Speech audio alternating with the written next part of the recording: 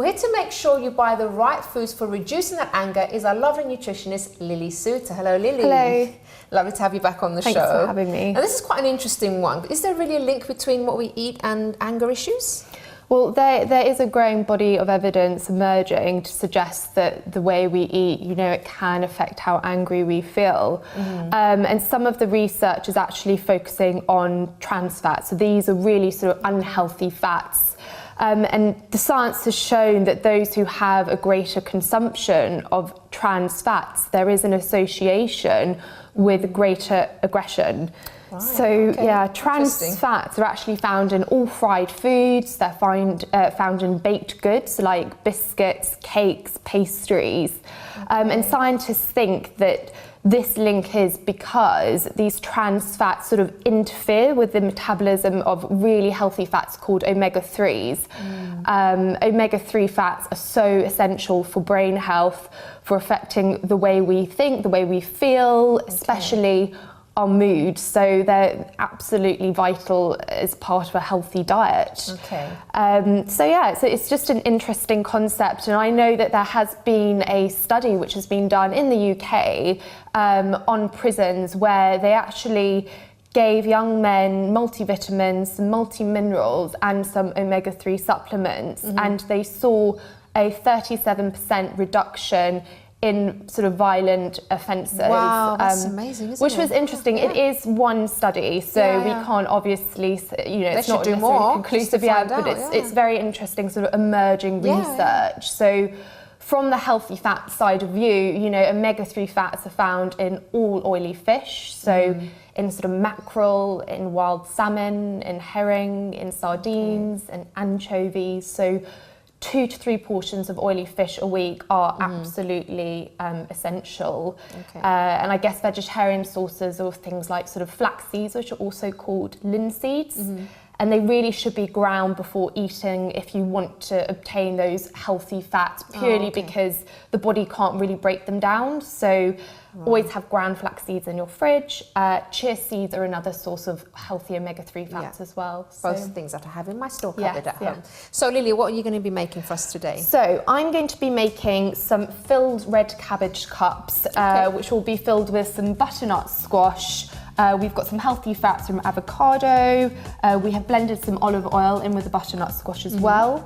Topping it with some protein-rich chickpeas and also some pomegranate seeds and some radish as well. It smells lovely. And it's really a dish for balancing blood sugar, which obviously I can just talk to you about in a second when it comes to anger. But how we make it is we just get one red cabbage leaf, which you can just pull off. And this actually can be a replacement for sort of white refined carbohydrates or white toast.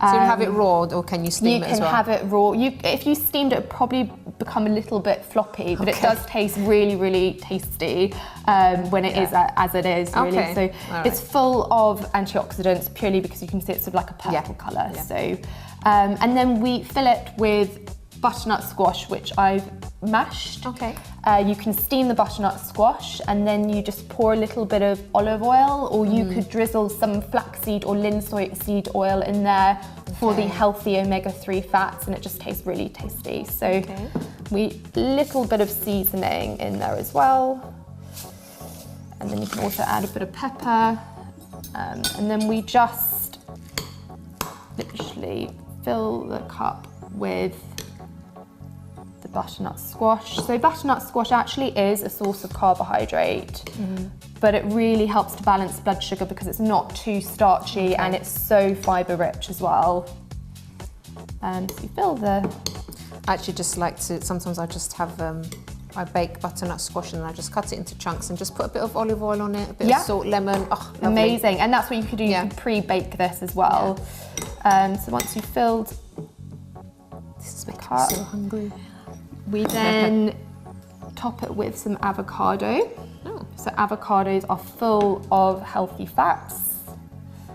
So you just halve the avocado and then you slice quite carefully. Avocados are so versatile, aren't they?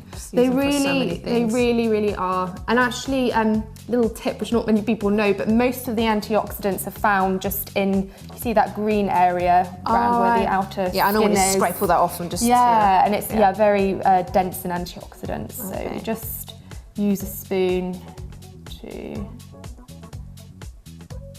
carefully place avocado in.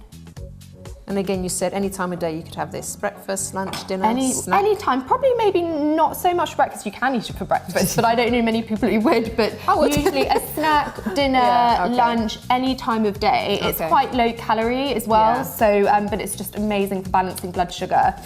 Next, we need the protein source. So protein is absolutely vital for that, balancing blood sugar. And I've got some chickpeas here. So literally just dollop in some chickpeas. And then some radish as well. So just pull off the radish. Ooh. What nutritional benefits do radishes have? So radishes are actually sort of a bitter vegetable, so they can help stimulate bile flow from the gallbladder, so that can help with fat digestion. They're also, again, as you can see, the bright colours, around it. Any colour is an antioxidant, which all has healthy benefits, especially anti-inflammatory benefits. Doesn't want to go in there. Doesn't want to get eaten. And then top it. I'm going to put it on the plate first of all. Lovely. And then we can top it with some coriander. So coriander leaves and any dark green leafy vegetables are going to be rich in magnesium meals. So and then a few pomegranate seeds. That looks amazing. And some lemon as well. Is that very healthy, very low in calorie? It's relatively low in calories, but it's really, the aim is for balancing blood sugar, to get all the antioxidants you need to get the healthy fats into your diet. And, it's not the easiest thing to eat, but at least you can't eat it quickly. It's super tasty, and what we're really trying to focus on is removing white refined carbohydrates from the diet, too much sugar. As soon as your blood sugar levels drop, that is when we start feeling irritable. That's when we start feeling anxious and tired. And, you could ask anyone if they haven't eaten for a long period of time or they've skipped meals, they tend to feel pretty tetchy. It's all about balancing blood sugar. Well, that looks absolutely lovely. So, Lily, we have time for a couple of viewer questions as well. So this person asks, hi Lily, what are the good and bad carbs? The same with cooking oil, which is good and which is bad? Okay, so carbohydrates are an essential part of the diet, and yes, you do get good carbohydrates, you do get bad carbohydrates. What you need to avoid are those white refined carbohydrates, so anything like white bread, white pasta, white rice, white flour. And what's happened is with white carbohydrates, they've actually stripped or taken the outer bran layer off the grain or off the cereal grain, and that's where all the nutrition lies. That's where all the vitamins, all the mineral, all the fibre lies. And as soon as you strip that sort of brown layer off that grain, you're left with basically quite a nutrient poor energy source, which will hit your bloodstream very, very quickly. It will break down into sugar very quickly, which again is not going to be great for blood sugar levels. So it's focusing on unprocessed foods in their natural state, looking at if anything whole grain or brown in the supermarket is going to be great, but also other carbohydrates which aren't grains, like sweet potato, beans, lentils, chickpeas are amazing as well.